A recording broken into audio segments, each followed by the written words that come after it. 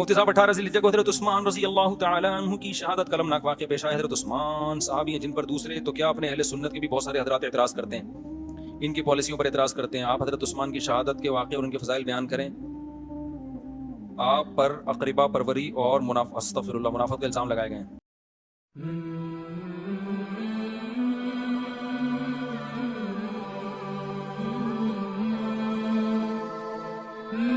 السلام علیکم. ہمارے یوٹیوب چینل پر آپ سب بہنوں اور بھائیوں کو خوش آمدید. امید کرتا ہوں آپ سب لوگ خیریت سے ہوں گے. چلیں سٹارٹ کرتے ہیں آج کی ویڈیو.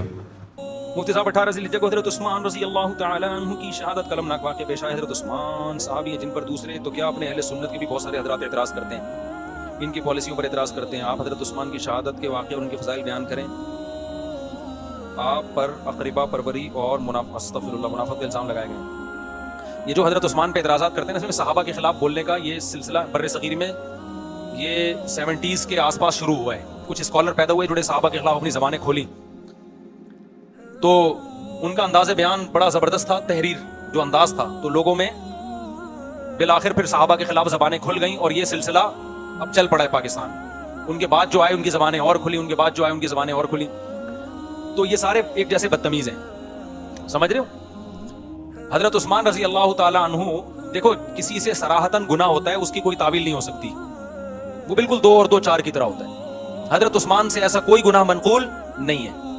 اور غزوہ احد میں جو فرار ہوا تھا حضرت عثمان سے, وہ تو اور بھی بہت سارے بڑے بڑے صحابہ سے ہوا تھا, لیکن اس فرار کے بعد انہوں نے دوبارہ رجوع کیا, اس فرار کی تلافی کی, اور پھر قرآن میں ان کی توبہ نازل ہوئی کہ اللہ نے ان کی خطا کو معاف کر دیا ہے اور ان کو حوصلہ دیا اللہ نے.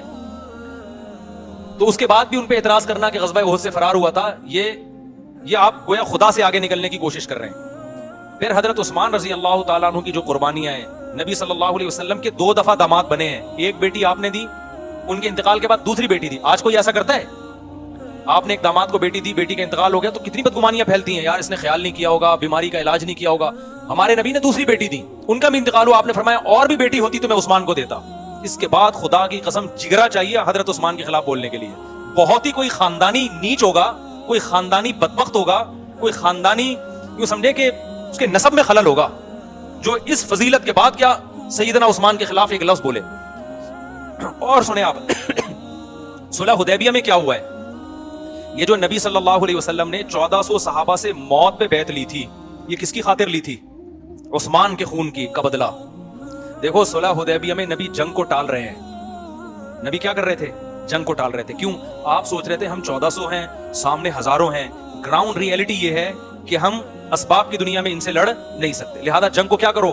ٹالو, اور ان سے معاہدے کرو مشرکین سے. یہی ہوا نا آخر میں, یہی ہوا نا آخر میں, تاکہ آپ کو دوسرے قبائل سے لڑنے کی فرصت ملے, دین کی تبلیغ کا موقع ملے. آپ نے اپنے خلاف شرطیں منظور کر کے عرب سے جنگ کو ٹالا ہے. لیکن اس صلح حدیبیہ سے پہلے کیا ہوا ہے؟ آپ صلی اللہ علیہ وسلم نے حضرت عثمان کو مکہ بھیجا سفیر بنا کے. افواہ پھیل گئی کہ حضرت عثمان کو شہید کر دیا گیا ہے. ہمارے نبی اتنے غضبناک ہوئے کہ تھوڑی دیر کے بعد جو آپ سلو کر رہے تھے, تو آپ نے ان 1400 صحابہ سے موت پر بیعت لے لی کہ عثمان کے خون کا بدلہ ہم رائے گاں نہیں جانے دیں گے. اس سے آپ اندازہ لگاؤ ہمارے پیغمبر کا عثمان سے رشتہ کیا تھا, کہ ان 14 سے موت پر بیعت کی کہ جب تک جسم میں خون ہے ہم ان سے لڑیں گے, عثمان کا خون رائے گاں نہیں جانے دیں گے. ہمارے نبی کی قدر میں عثمان کی یہ ویلیو تھی, سیدنا عثمان رضی اللہ عنہ. اور آگے اللہ نے آپ کی ایک فضیلت ثابت کرنی تھی کہ جب صلح حدیبیہ ہوئی ہے, یہ خبر تو پتہ چلا غلط تھی, حضرت عثمان کا پتہ چلا زندہ ہے. اب جب 1400 صحابہ جو حضرت عثمان کا تو اس وقت کنفیوژن تھی نا کہ زندہ ہیں کہ شہید ہو گئے, لیکن امکان تھا کہ ہو سکتا ہے زندہ ہوں. تو آپ جب موت پہ بیعت لے رہے ہیں تو آپ صلی اللہ علیہ وسلم نے یہ دیکھ کر کہ اگر عثمان موجود ہوتے وہ یقیناً بیعت کرتے, تو آج اس فضیلت سے عثمان کیا ہو رہے ہیں؟ محروم. تو آپ صلی اللہ علیہ وسلم نے اپنا ہاتھ اوپر رکھا اور اپنا بایاں ہاتھ نیچے رکھ کے موت پہ بیعت لی اور فرمایا یہ کس کا ہاتھ ہے؟ عثمان کا. یہاں 2 فضیلتیں حضرت عثمان کے لیے ثابت, 3 فضیلتیں. نمبر 1, عثمان کا خون اتنا قیمتی کہ ان کے لیے موت پر بیعت کی جا رہی ہے, ہلکا نہیں ہے حضرت عثمان کا خون نبی کی نظر میں. نمبر 2, آپ صلی اللہ علیہ وسلم کو اتنا یقین تھا کہ عثمان ہوتے تو موت پر لازمی بیعت کرتے, اتنا یقین. اور تیسری بات یہ, تبھی تو نبی نے اپنے ہاتھ کو عثمان کا ہاتھ. تیسری بات یہ کہ آپ یہ بھی کر سکتے تھے, حضرت عمر سے کہہ سکتے تھے کہ عمر تم اپنا ہاتھ لے کر آؤ, میں اس کو عثمان کا ہاتھ فرض کر لیتا ہوں. ابو بکر تم اپنا ہاتھ لے کر آؤ, میں اس کو عثمان کا ہاتھ فرض کر لیتا ہوں. علی تم اپنا ہاتھ لے کر آؤ, میں اس کو عثمان کا ہاتھ فرض کر لیتا ہوں. یہ کسی سے بھی کہہ دیتے, حضرت بلال سے کہتے اپنا ہاتھ لے کر آؤ, میں اس کو, جب فرض ہی کرنا ہے تو کسی کا بھی ہاتھ ہو سکتا ہے نا. کیا خیال ہے بھائی؟ نبی نے فرمایا نا نا نا, آج عثمان کی فضیلت ثابت کروں گا. فرمایا کہ یہ ہاتھ کس کا ہے؟ اپنے. حالانکہ بیعت ہمیشہ دوسرا کسی اور کے, دیکھو فقہ کا ایک اصول ہے کہ ایک آدمی دو طرف سے وکیل نہیں ہو سکتا, دو طرف سے وکیل نہیں ہو سکتا. ٹیکنیکل پوائنٹ کی بات ہے, نوٹ کریں اس کو آپ. دیکھو اس نے مجھے وکیل بنایا کہ مفتی صاحب میرے لیے بازار سے ایک گھڑی خرید لو, میرے لیے بازار سے ایک گھڑی خرید لو. آئندہ بن گیا. اب میں جاؤں گا بازار سے گھڑی خریدوں گا, ایک بندہ مجھے گھڑی بیچے گا اور میں ان کو دے دوں گا لا کے. میں نمائندہ وکیل کس کا ہوں؟ ان کا. ان سے میں پیسے لوں گا. کیا تھا میرے پاس یہ گھڑی رکھی ہوئی تھی, یا میری ہی گھڑیوں کی دکان ہے, میں گھڑی بیچنے کا وکیل بھی خود اور گھڑی خریدنے کا وکیل بھی خود, یہ شرعاً جائز نہیں ہے. یعنی میں نے اپنی ہی گھڑی پہنا دی ان کو, ٹھیک ہے.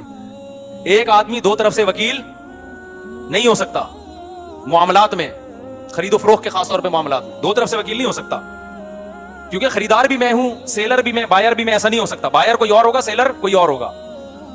جی اس میں دھوکا کا امکان ہے نا, کہ یہ کیا بات ہے کہ بھئی آپ خود ہی خرید رہے ہیں خود ہی بیچ رہے ہیں, یہ تو عجیب سی بات ہو گئی نا.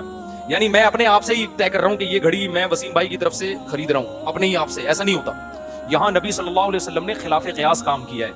بیعت کرنے والا ہمیشہ دوسرا ہوتا ہے. اگر عثمان موجود نہیں تھے اور بیعت لینے والے پیغمبر تھے, تو عثمان موجود نہیں تھے تو نبی صلی اللہ علیہ وسلم ان کی طرف سے کسی اور کو نمائندہ بناتے تاکہ وہ ان کا وکیل بن جاتا, اور نبی صلی اللہ علیہ وسلم خود موجود تھے بیعت لینے کے لیے. نبی نے بیعت لینے کے لیے خود موجود ہیں, اور یعنی بیعت لینے کے لیے, اور جو بیعت کرنے والے ہیں ان کے وکیل بھی آپ خود ہی بنے ہیں. یہ خلاف قیاس کام کیا ہے جو عام حالت میں جائز نہیں ہے. لیکن نبی صلی اللہ علیہ وسلم نے عثمان کی فضیلت کو ثابت کرنے کے لیے کہ میرے ہاتھ کے علاوہ میں کسی اور ہاتھ کو عثمان کا ہاتھ قرار نہیں دے سکتا, خلاف قیاس ہوگا تمہارے لیے, میرے لیے یہی عین قیاس ہے کہ اب کسی اور کا ہاتھ کو میں عثمان کا ہاتھ قرار نہیں دے سکتا. اس سے بڑی فضیلت کیا ہوگی یار؟ پیغمبر نے اپنا ہاتھ اوپر رکھ کے اپنے ہاتھ پہ رکھا اور فرمایا یہ ہاتھ کس کا ہے؟ عثمان کا ہاتھ ہے. تو میں سمجھتا ہوں اس کے بعد بھی کوئی سیدنا عثمان پہ طنز کرے تو وہ کسی نیچ نسل کا ہو سکتا ہے, سمجھ رہے ہو نا, اس کا اسلام سے کوئی تعلق نہیں ہو سکتا. تو اس کے بعد بھی اگر کوئی اور بہت زیادہ فضیلت ہے حضرت عثمان رضی اللہ تعالیٰ. عشرہ مبشرہ میں تیسرے نمبر پہ حضرت عثمان کا نبی نے ذکر کیا, اور حضرت عثمان کی قربانیاں آج بھی آپ کو مکہ مدینہ میں, سعودی عرب میں حضرت عثمان کے وقف کنویں ملیں گے آپ کو. اور کتنی فضیلت سیدنا عثمان رضی اللہ تعالیٰ عنہ کی. تو میرا مقصد ابھی فضائل سنانا نہیں ہے, وہ فضائل پر بیان تو 6 گھنٹے بھی کم ہے. میرا مقصد تو جو غیر خاندانی ہے ان کا غیر خاندانی ہونا بتانا ہے, کہ نیچ نسل کے لوگوں سے آپ کیا رہیں, ہوشیار رہیں. ان کو سنے ہی نہیں کم بختوں کو. امید کرتا ہوں آپ سب لوگوں کو ہماری ویڈیو اچھی لگی ہوگی. اگر اچھی لگی ہے تو اسے لائک اور شیئر ضرور کریے گا. ملتے ہیں نیکسٹ ویڈیو کے, تب تک کے لیے اللہ حافظ.